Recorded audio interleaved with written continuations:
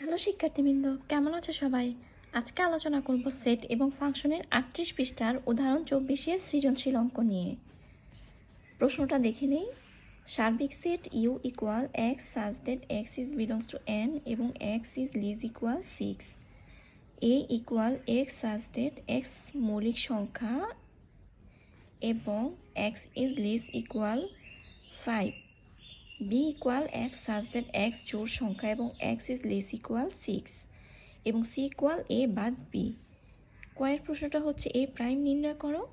খ হচ্ছে দেখাও যে A union B equal A বাদ বি ইউনিয়ন বি বাদ A union A cap B বা এ ইন্টারসেকশন বি।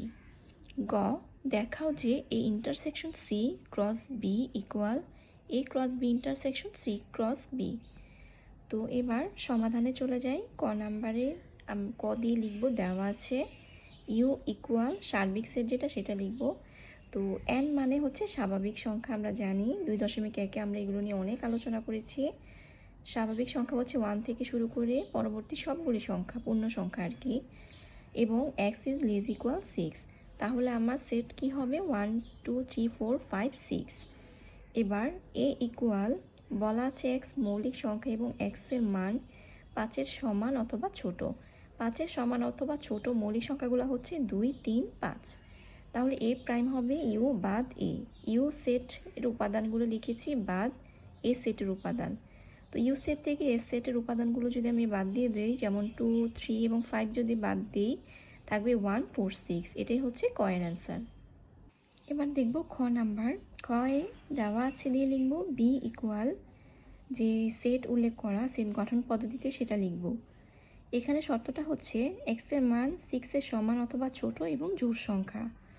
6-এর সমান এবং ছোট জোড় সংখ্যাগুলো হচ্ছে 2 4 6 অর্থাৎ 2 4 6 এবং এ সেটের উপাদান হচ্ছে 2 3 5। তাহলে এ ইউনিয়ন বি হবে এ সেটের উপাদান ইউনিয়ন বি সেটের উপাদান।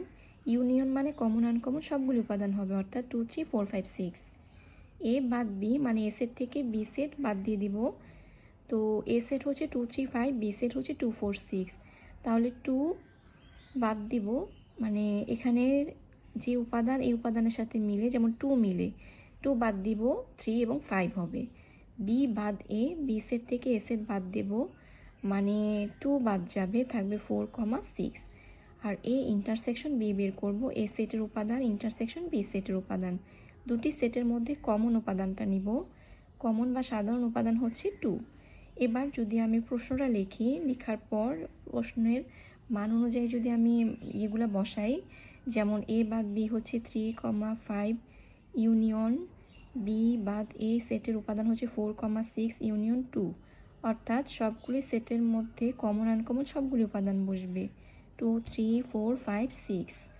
এবার মানে 1 নং এবং 2 নংকে যদি আমি তুলনা করে পাই তাহলে দেখি এই 1 নং সমীকরণের উপাদান মানে সেটের উপাদান এবং 2 নং সমীকরণের সেটের উপাদান একই রকম, অর্থাৎ এ ইউনিয়ন বি সমান এ বাদ বি ইউনিয়ন বি বাদ A union A intersection B, এগুলি সমান অর্থাৎ দেখানো হলো।